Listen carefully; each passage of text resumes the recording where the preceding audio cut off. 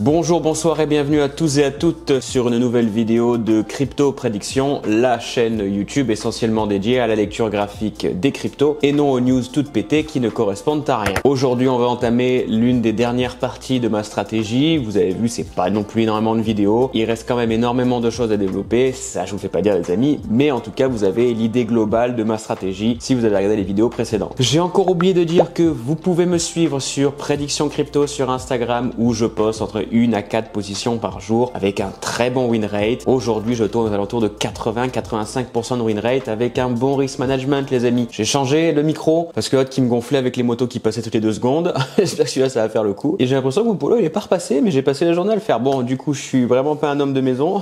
Je suis un connard. Aujourd'hui, on va parler de la SMA 200. Alors, si vous avez été un petit peu actif auparavant, vous vous êtes rendu compte qu'on a parlé de la SMA 20 avec la middle Bollinger que j'avais modifiée pour qu'elle représente la SMA 20. Et aujourd'hui, on parle de la SMA 200. C'est un outil qui est relativement intéressant tout autant que la middle Bollinger. Pour moi encore les amis et surtout par rapport à ma stratégie, je l'utilise plutôt dans une vision à long terme, voire moyen ou long terme, plutôt que sur du court terme, notamment avec les zigzags ou avec Fibonacci retracement. Et surtout, ça me permet de prendre des longs trades plutôt que de récupérer 50-60 balles. Ça me permet de récupérer 100-150 $ quand tous mes indicateurs sont alignés et quand la petite tête tourne bien aussi. T'as compris, t'as capté. Pour ce faire, je fais un rappel pour ceux qui n'étaient pas là, c'est-à-dire absolument 99,9% de la population mondiale, vu que mes vidéos ne font que 20 vues. Je vous explique un petit peu comment je fonctionnais auparavant et pour ce faire, ça sera plus simple sur une lecture graphique. Passons sur FTM USDT. FTM que j'aime beaucoup, une coin qui est relativement intéressante à trader. Aujourd'hui, on va parler de cette grande ligne verte et rouge. Vous allez voir, c'est pas compliqué, mais cependant, il faut la faire corréler avec tous les indicateurs. Je me permets de la rappeler encore une fois. Il ne faut jamais trader avec seulement un indicateur ou se dire que les indicateurs indiquent l'avenir. Les indicateurs ne font qu'indiquer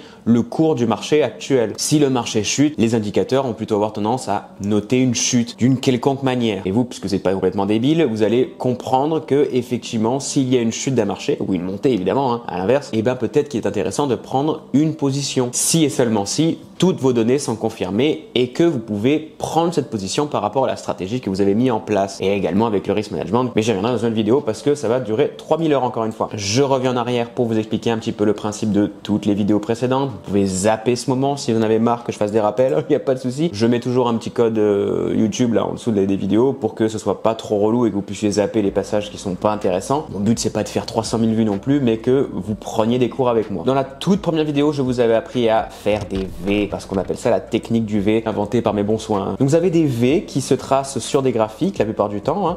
On se rend compte que ces V souvent sont synonymes de montée et descente de vagues ou début et fin de vague que je suis en train de dessiner, on les retrouve un petit peu partout. Ce V là qui est à un quart de V, mais ça si vous avez regardé les vidéos précédentes vous avez compris pourquoi ça fait ce genre de choses là. Comme je vous l'ai expliqué dans les vidéos précédentes, nous on va prendre des positions à la pointe de ces V ou du moins à un niveau de ces pointes là parce qu'on peut pas vraiment taguer les tops et les bottoms, c'est quasiment impossible et tous ceux qui s'y tentent perdent sur du long terme, c'est quasiment impossible. Donc nous, on va prendre des positions à partir de la fin de vague négative ou positive, si c'est un V dans l'autre sens évidemment, et on va remonter jusqu'à 0,5 Fibonacci retracement. C'est tout aussi simple que ça, mais pas que, puisque là on se rend compte qu'effectivement le 0,5 il devait se situer un peu par là.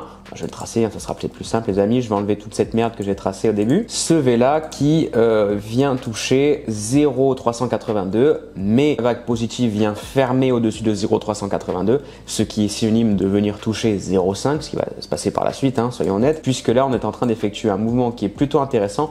On recoupe la zone de 1000 Bollinger, ce qui veut dire qu'on a une forte probabilité de venir toucher la partie supérieure. Je viens de recouper toutes les vidéos précédentes, ça commence à faire des rappels un peu trop longs. Du coup, j'essaie de faire ça de façon concise et que ce soit pas trop relou. Allez, on passe maintenant sur la partie explication de la SMA 200. Encore une fois, cela ne sert à rien de savoir ce que représente la SMA 200. Je vais vous l'expliquer quand même. Vous n'êtes pas con, vous comprenez tout de suite à quoi ça correspond. Une bande verte qui veut dire que ça a monté, une bande rouge qui veut dire qu'on est en train de descendre. Pas être sorti de l'ENA pour comprendre ça, les amis. Or, je vais quand même vous donner la définition parce que ça va vous permettre de comprendre pourquoi ça indique parfois une valeur positive et parfois une valeur négative et ça sera peut-être moins confus dans votre tête. Pour faire simple et pour rentrer dans les détails trop pompeux, si vous voulez, la SMA 20, il s'agit d'une moyenne exponentielle qui calcule le prix moyen sur les 200 dernières périodes de temps. Si vous êtes en 1 heure, il va calculer les 200 dernières périodes de temps en 1 heure. Si vous êtes en 1 minute, en 1 minute.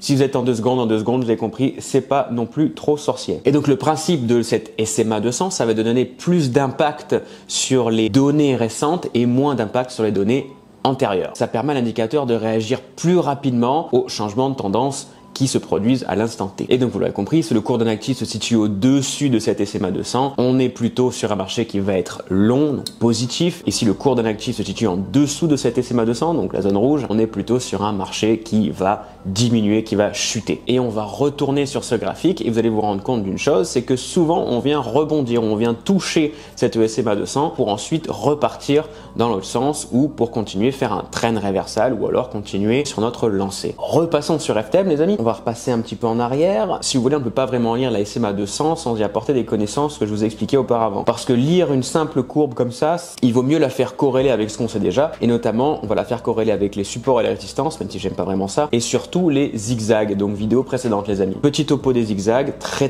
succinct. Plus on fait des higher high, donc des points hauts plus hauts, plus on va, et qui s'enchaînent petit à petit, plus on est sur un marché qui monte. Et à l'inverse, plus on fait des lower low, plus on est sur un marché baissier. En revanche, si on commence à faire des higher low par rapport à notre écriture de zigzag, et ben peut-être qu'on est sur un trend réversal, c'est-à-dire que le marché aura tendance à plutôt aller à l'inverse de ce qui était prévu. C'est-à-dire que si on était en train de longuer, on va faire un higher low et on va retomber sur un marché descendant. Et cet SMA 200 va nous confirmer un petit peu ce qui est en train de se produire. C'est un deuxième indicateur au-dessus de l'indicateur zigzag et surtout ça va nous confirmer sur du moyen ou du long terme. Pas dans l'instant présent. À l'instant où il se trace, il va pas vraiment être intéressant. On va pas vraiment pouvoir prendre de position, mais ça va plutôt nous permettre de comprendre un petit peu l'attitude du marché de façon générale. Et ainsi, j'espère que vous arrivez un jour à comprendre comment je fonctionne avec les positions que je vous donne sur Insta, qui ne sont pas que des positions toutes bêtes, comme je vous explique depuis le début, mais je prends beaucoup de détails. Je prends uniquement celles qui sont extrêmement vérifiées, d'où le fait que j'ai un très bon win rate, parce que je ne prends que des positions qui sont confirmées. Je ne force aucun trade. Et ne le faites pas, putain. Si vous faites pas vos 150 € ou 200 € par jour, c'est pas grave, vous ferez 50 € aujourd'hui, peut-être 30, allez, si vous faites un petit trade qui marche bien les familles, mais ça vous sert à rien de faire 200 € tout le temps. Trêve de galijade et de billevesées en tout genre, cette vidéo a été tournée en 1823. Je reprends, nous avons ici des higher low qui se tracent, des lower low qui viennent se tracer à nouveau. À ce moment-là, higher low qui est légèrement au-dessus, donc ici on aurait tendance à dire qu'il y a quand même un support qui existe, plus ou moins hein, les amis, hein. Vous voyez que là j'ai un peu tracé la zboob, mais que là on rebondit, support, ici résistance, résistance. Si on vient zoomer, on se rend compte que ça vient pas forcément toucher, mais on ne touche jamais les supports et les résistances au poil de fion près, c'est rarement le cas. En revanche, ce que l'on remarque, c'est qu'à partir de ce lower low, on a un nouveau higher high contrairement au higher low précédent. Ce qui veut donc dire que le marché peut être en train de se retourner. Ce n'est pas confirmé dans l'immédiat, mais que si on avait attendu un petit peu et pas pris les positions comme un Jean-Michel, on aurait attendu pour voir que notre fin de vague soit terminée quasiment au niveau de la limite Bollinger minimale, ce qui indique donc une fin de vague en lower high et donc une belle montée à l'avenir. Qu'est-ce qu'on remarque avec notre SMA 200? C'est qu'à partir du moment où on est venu fermer au-dessus de celle-ci et non en dessous, donc on n'a pas rebondi non plus sur la SMA 200, on s'est rendu compte que le marché avait une tendance à s'inverser. Donc on est venu fermer au-dessus, donc juste ici hein, les amis, je vais le dessiner. On est redescendu à ce niveau-là pour faire notre lower high et que par la suite on est venu augmenter. Donc ça, la SMA 200 ne l'a pas indiqué tout de suite puisque pour elle on était toujours en marché baissier, ce qui n'était pas le cas. Et en revanche, à partir de ce moment-là, elle nous a dit qu'il fallait long. Ne prenez jamais de position en cours de route, attendez toujours une fin de vague. On se rend compte qu'il y a un magnifique rebond sur SMA 200. En revanche, la prochaine vague positive se trace juste au-dessus de la zone de haute de Bollinger, ce qui n'est pas bon signe. On attend cette fin de vague, on attend de recroiser ici la médiane Bollinger pour prendre une position. Pourquoi j'aurais pris une position short? Parce que cette montée rapide, qui aurait été synonyme de prise de position par ailleurs, aussi minime soit-elle, elle termine en dessous de la médiane de Bollinger, mais je suis quasi sûr qu'elle va terminer en dessous de 0,786 de notre Fibo extension, ce qui veut dire short immédiat. Effectivement, ici, on ferme en dessous de 0,786, ce qui veut dire une petite position jusqu'ici, à notre point 1.5 et 1.618, si vous avez suivi les vidéos précédentes. Maintenant qu'on a rajouté notre SMA 200, on vient fermer en dessous de celle-ci, ce qui indique donc sûrement, je n'aurais pris de position, je me serais arrêté à ce niveau-là. En lecture graphique veut dire qu'on va sûrement shorter comme Jaja, étant donné que il y a beaucoup de parties précédentes qui n'ont pas été retouchées. Donc ça, pour ça, il faut revenir en arrière. Je n'ai pas encore fait un rappel, mais il faut revenir en arrière et voir les paliers qui n'avaient pas été touchés avec notre Fibonacci extension. Regardez toutes les vidéos, les amis, je ne veux pas me permettre de faire des rappels de 3h30 à chaque fois. On refait exactement la même chose. On fait un higher low bien plus en dessous du précédent, un précédent juste ici, un higher low juste là, un autre higher low là, et en revanche, on refait un lower high juste ici. Ce qui veut donc dire que le marché va s'inverser. On attend la fin de cette trend là pour prendre une position négative. Position négative qui vient fermer à nouveau en lower low. Donc là, cette vague là, on ne la traite pas parce qu'on ne sait pas où elle va aller. On attend toujours que ça fasse des higher high plutôt que des higher low. Évidemment, puisque c'est le principe de ma stratégie, les amis. C'est ce qui se produit juste ici. Un premier lower high suivi d'un higher high juste après.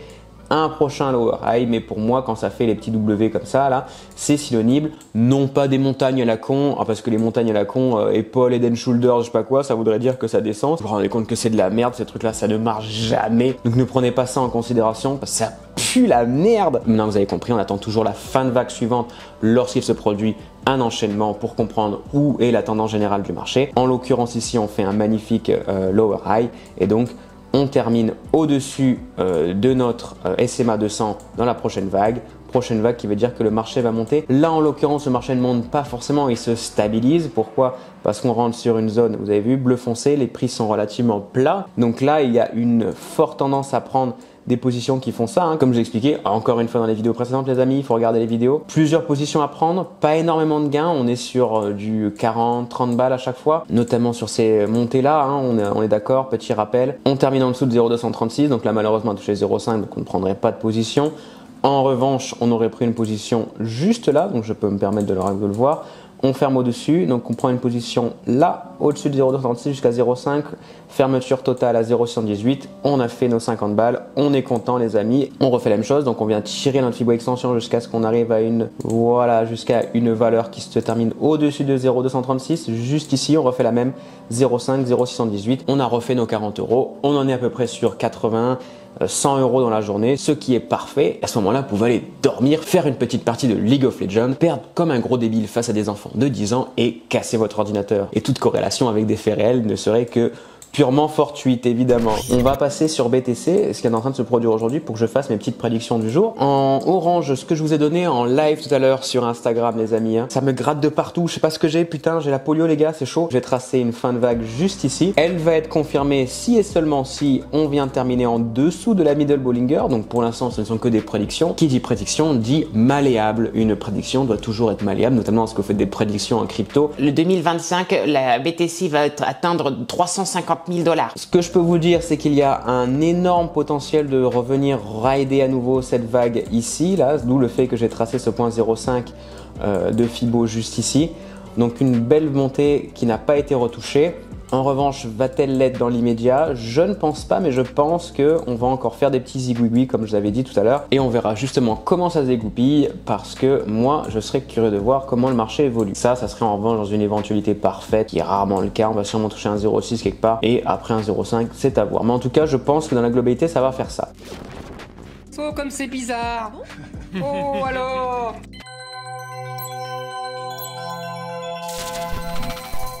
Ok, donc on va se retrouver sur CHZ USDT. Pareil, une coin que j'aime bien. Bon, de toute façon, quasiment toutes les coins que vous voyez sur le côté sont des coins que j'aime beaucoup trader. On va revenir à ce niveau-là, où on en est là. Et on va faire le cas pratique en vous expliquant comment je trade et comment je fais de l'argent. Alors, rappelez-vous, première chose, nous sommes le 18 novembre 2023. Il est 21 h. Je ne me réveille pas. Je vais peut-être aller au lit à ce moment-là. Non. Première chose que je remarque en lisant ce graphique. J'aimerais vous faire participer, les amis. Et si vous me poussez, les amis, à que je fasse des lives ou un truc dans le genre, que je vous montre que c'est pas du mytho et qu'effectivement il y a vraiment possibilité de se faire de l'argent. Mon but c'est uniquement d'être altruiste et de vous expliquer comment je fonctionne. Première chose les amis, on se rend compte qu'on a quand même un petit support juste là les amis, peut-être tendance à tracer celle-ci juste là. Donc actuellement le cours de l'actif fluctue entre cette zone là qui pour moi est une fluctuation moindre puisque le SMA 200 vient à s'aplatir par là, donc ça veut dire qu'on va sûrement faire des petits zigouigouis comme ça. Donc ça c'est ma première estimation les amis, hein. Sauf que je me rends compte que ici on a eu une belle bougie qui était terminée à la moitié, donc pas de fake out, mais en revanche au-dessus de la SMA 200, donc on est venu terminer un poil en dessous, mais on est revenu terminer au-dessus, puis en dessous. Quand on vient quasiment rebondir sur la SMA 200, on continue sur notre trend. Je ne vous ai pas expliqué, mais bon, je pense que ça coule un petit peu de source. En lisant ça, je me rends compte qu'il y a un petit potentiel d'aller tout droit. Notre RSI nous indique qu'on est plutôt dans du overbought, donc peut-être une tendance à aller un peu plus bas. Tout dépendra si on vient casser ce support juste ici. Deuxième chose, les amis, quand vous commencez une journée de trading, rappelez-vous ce que je vous ai dit, vous passez d'abord en daily. Je passe en daily. Que se passe-t-il en daily? Est-ce qu'on vient confirmer ce que j'étais en train de dire? Alors en daily, ce qui se passe, c'est qu'on a une grosse poussée d'Archimède juste là, plutôt intéressante, mais qu'en revanche, on a terminé au-dessus de la médiane de Bollinger. Donc ce qui aurait tendance à dire, en daily, on aurait plutôt tendance à aller un poil plus haut. Mais les paliers de la dernière descente ont déjà été récupérés par cette bougie-là. Celle-ci a sûrement récupéré seulement le palier 0,5, donc je vais le tracer tout de suite, on va voir. Oui, uniquement le trace 0,5, vous vous rendez compte, ça ferme pile poil au-dessus de 0,5, ce qui me paraît un petit peu étonnant. Donc il y a un deuxième point 0,618 juste là, je vais l'écrire, 0,618 daily, qui n'a pas été touché. Donc ce qui veut dire que dans les prochains jours, il y a une petite tendance à vouloir toucher ce point-là, ou du moins, s'il n'a pas été touché, il va forcément l'être dans l'avenir. Donc toujours cette possibilité de venir toucher ces paliers-là, mais je doute fort, puisque l'on ferme toujours au-dessus de la médiane Bollinger. Ici, on est venu la casser, on a terminé au-dessus, là, on a terminé encore au-dessus. Donc pour moi, on est plutôt sur un marché qui va monter. Peut-être que la zone daily va être touchée plus rapidement que ce que l'on espérait, voyons voir ça tout de suite. Repassons en une heure, les amis. Donc nos zigouigouis qui ont été tracés, qui sont un peu dégueux juste là, pour l'instant, je ne prends aucune position. J'attends de voir comment le marché évolue. Ne prenez des positions qui ne sont que confirmées. On va passer en heure par heure, voir ce qui se produit. On a effectivement une fermeture au-dessus de médiane Bollinger, donc ça veut dire qu'on a une possibilité de venir toucher la top Bollinger. Je ne prends aucune position toujours, j'attends de voir comment ça se produit. On vient de tracer un lower high encore une fois. Notre indicateur nous trace ça. Donc pour moi, ça, ce n'est plus validé. Si vous avez regardé les vidéos précédentes, ce n'est plus validé. Donc là, on est en train de réaliser une petite montée qui va pouvoir être tradable par l'avenir. On va tout de suite tracer notre Fibo extension pour être sûr de notre valeur 0,236 qui va évoluer avec le temps, évidemment. Là, on ne la casse pas, on est pile poil dessus, on attend la prochaine. Donc là, nous pouvons prendre une magnifique position de là jusqu'à 0,5 puis 0,618. Technique que je vous avais expliqué dans la vidéo de Fibonacci extension, dans les vidéos précédentes. Et donc, on va voir comment ça se dégoupille dans les heures qui se passent. Voilà, je suis allé beaucoup trop vite, encore une fois. Chaque fois, je me trompe parce que je pense que ça va prendre plus de 2 ou 3 bougies à gagner au sou. On efface tout ça. Ça sert à rien d'effacer le reste. Où est-ce qu'on en est maintenant? Est-ce qu'on ferme au-dessus de 0,236? Toujours pas. On voulait toucher la partie basse de Bollinger, donc potentiellement une zone d'accumulation ou de distribution, comme vous voulez, les amis. Ici, à ce niveau-là, on va peut-être toucher la zone basse, puis la zone haute. Oui, on vient de retracer ça avec notre indicateur de Bollinger qui nous indique donc des bandes bleu foncé. Donc, on a une très forte probabilité actuelle de venir toucher la partie supérieure de Bollinger. Voyons voir comment ça se passe. Et effectivement, on vient à toucher pile poil comme je vous avais indiqué. Et notre indicateur zigzag nous indique une fin de vague. Donc, fin de vague. Là, je vous l'ai pas dit, mais effectivement, on aurait pu prendre une position de là jusqu'à là. Là, sur CHF, c'est quand même du 50-60 $ avec un bon levier. Donc, c'est quand même pas négligeable. On aurait arrêté à ce moment-là. Moi, je serais totalement arrêté si ça vient à monter balèque total. J'ai assuré mes sous. Point barre. On va sûrement venir toucher la partie haute encore une fois. Il faut attendre qu'on termine au-dessus de la médiane de Bollinger. Là, oui, je pense. Oui. Et là, on va venir toucher la partie haute encore une fois. Donc là, on aurait pu refaire des sous, reprendre une position. Qu'est-ce que cela annonce, Jean-Michel? Ça annonce que le marché va sûrement faire un mouvement très rapide. Et effectivement, le marché va sûrement pumper sa race ou shorter comme un FDP. Donc on attend tout ça. On attend ce mouvement justement que l'on va trader à l'inverse. Il est toujours plus facile de trader ce qui s'est produit plutôt que de faire des prédictions toutes pétées. Je dis ça, je dis rien les amis. C'est-à-dire que quand on vous dit qu'une coin a fait un ATH et qu'elle va sûrement faire x10 000, c'est impossible de savoir. C'est de la merde. Il vaut mieux qu'elle fasse ses x10 000 et que vous tradiez à l'inverse la tendance négative. Vous avez compris le trading? C'est aussi simple que ça. Il n'y a pas de magie dans le trading, les gars. La magie, ça existe que pour les débiles et les crypto-bros qui ont des sous qui tombent de la poche de leurs parents.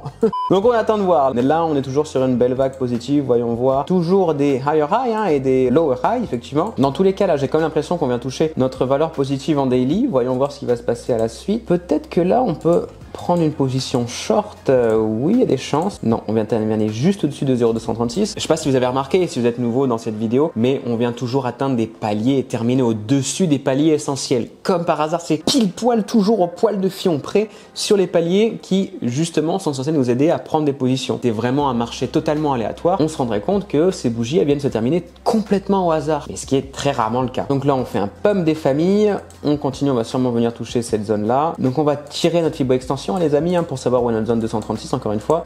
Peut-être là une belle position short à prendre. Oui, une belle position short. Rappelez-vous les amis, on prend cette position là, 0,5 puis 0,618. Or là, deux choix s'offrent à nous. Soit vous prenez une position en market order, c'est-à-dire en immédiat, soit vous la prenez en limit order et vous attendez que le marché revienne toucher la 0,5 de cette grande bougie, parce qu'elle est quand même relativement grande et donc on aurait tendance à faire 0,5, 0,68 à partir d'ici. Si vous venez toucher d'abord ces points-là, juste ici, avant d'avoir pris la limit order, vous annulez votre limit order. Évidemment, vous n'êtes pas con. Voyons voir comment ça se passe. Là, on aurait pris notre limit order et on aurait pas touché, de peu on n'aurait pas touché, donc là on va sûrement pumper parce que on a fait quelque chose que j'aime pas. Ah ouais, et puis là on termine juste ici. Là notre indicateur va nous tracer une fin de vague négative au-dessus de la SMA 20, ce qui est très rare, d'habitude c'est toujours en dessous. C'est un petit peu chelou ce qui est en train de se produire, en même temps c'est une coin un peu pétée. Là j'aurais tendance à garder la position, mais quand même à être prêt à la fermer si ça vient faire n'importe quoi. Donc là en l'occurrence si on va fermer au-dessus de la SMA 200, pas ouf. Donc voyons voir. Là on est vachement dans négatif, mais là l'indicateur est en train de bugger. Je sais pas si vous voyez, mais là du coup c'est une barre bleue qui est censée faire ça. Toujours est-il que là, je pense qu'avec cette bougie là, on va quand même shorter par la suite, parce que les bougies toutes plates, souvent c'est synonyme de trend reversal. Donc là on attend encore un peu. Là on vient de terminer en dessous de la media Bollinger. Pour moi c'est confirmé à 3000. Oui, je suis passé encore un peu trop vite. Putain, je suis trop con. On a gagné les sous. On a gagné 0,5, 0,518 avec beaucoup de frayeur nonobstant. Donc on a quand même gagné les sous. Là on est sur un petit fake out des familles. Encore une fois, on est terminé en dessous puis au-dessus, mais ça, vous savez, quand je vous ai expliqué précédemment, les bougies comme ça là, ça vient reprendre tous les paliers de Fibonacci qui n'avaient pas été pris auparavant. En l'occurrence, là on vient de récupérer le palier 0,786. Pour moi on est sur du long là, donc j'efface un petit peu tout le merdier que j'ai fait jusqu'à maintenant, hein. J'aurais pris une toute petite position juste pour le kiff, j'aurais pris peut-être jusqu'à cette résistance juste ici. Là je suis quasi sûr que ça va pumper les amis, hein. Suite à cette vidéo actuelle, on rebondit sur notre SMA 200 juste ici, ce qui veut donc dire que en temps normal vous pouvez pas la prendre là, c'est quasiment impossible. Vous attendez la fin de cette bougie et donc vous prenez vos gains ici uniquement. Vous attendez toujours la fin d'une bougie, ne tradez jamais pendant une bougie, vous attendez toujours la fin de celle-ci pour prendre une décision. On attend encore une fois qu'il se passe un mouvement intéressant, donc là on vient annuler cette bougie, ce qui aurait tendance à dire que l'on est toujours sur cette bougie là. Voyons voir, on attend, toujours les gars on attend, hein. Il faut être patient dans le trading, il suffit qu'il y ait une bougie verte qui apparaisse pour que ce soit intéressant. On est en train de créer un nouveau lower low, donc potentiellement le marché va descendre à partir de maintenant. On va attendre juste cette bougie et c'est à ce moment là que nous on rentre. Vous avez vu, on va pas trader essentiellement les grosses descentes ni les grosses montées pour l'instant avec notre stratégie, hein, mais on va plutôt avoir tendance à trader les petits descentes. Là en l'occurrence on vient fermer au-dessus de 0,236, on peut ouvrir une position 0,5 fermeture partielle, fermeture totale 0,118, prochaine sûrement. Voilà, on touche notre 0,5. En revanche, on rebondit pile poil dessus. Là, j'aurais fermé. J'aime pas quand ça rebondit pile poil. Ça veut dire que c'est un palier. C'est sûrement une résistance à ce moment-là. Je ferme toute ma position.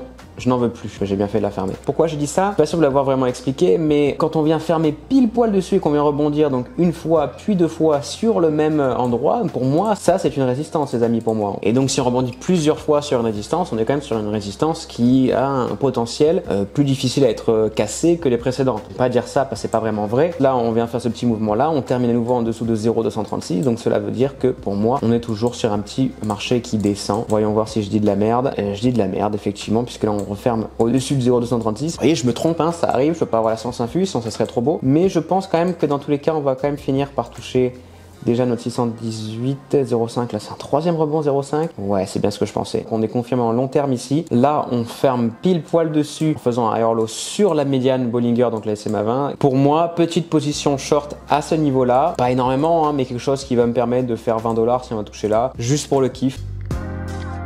Donc là on a fait nos sous, on a fait plusieurs sous, on n'a encore rien perdu pour aujourd'hui, hein, ce qui est déjà pas mal. Quand on fait un lower low, on essaie de voir à quoi ça coïncide ce lower low. On ne fait jamais des vagues comme ça qui correspondent à rien. On est sûrement venu retoucher des paliers Fibonacci précédents.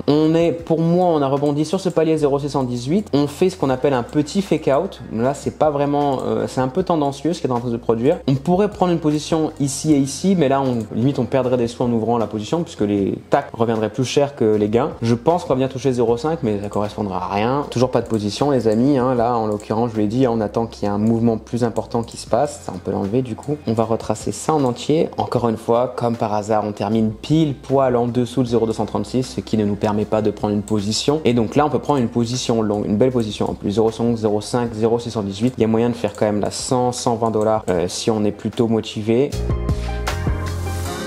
Grosse frayeur encore une fois à ce niveau-là, mais comme vous savez, c'est quelque chose que j'ai remarqué avec mon expérience. Dès qu'on ferme au-dessus de 0,236, on a une fâcheuse tendance à venir récupérer ces points-là.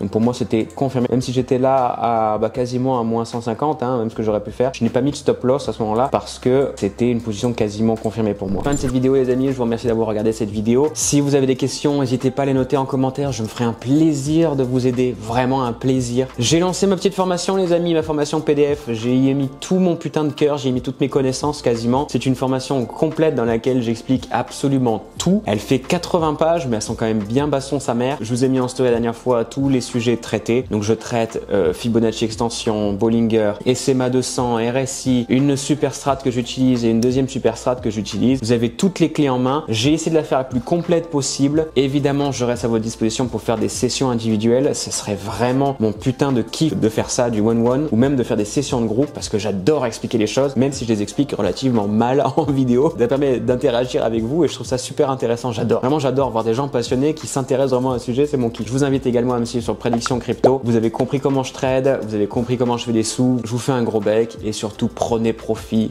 Si vous êtes débutant, n'essayez pas de faire des plus 300%, je vous en supplie. Faites des plus 60, 70 grand max. Plus 300% comme dirait Caradoc. C'est de la merde. C'est pas tabou, c'est pas tabou, c'est pas tabou, c'est pas tabou, c'est pas tabou, c'est pas tabou, c'est pas tabou.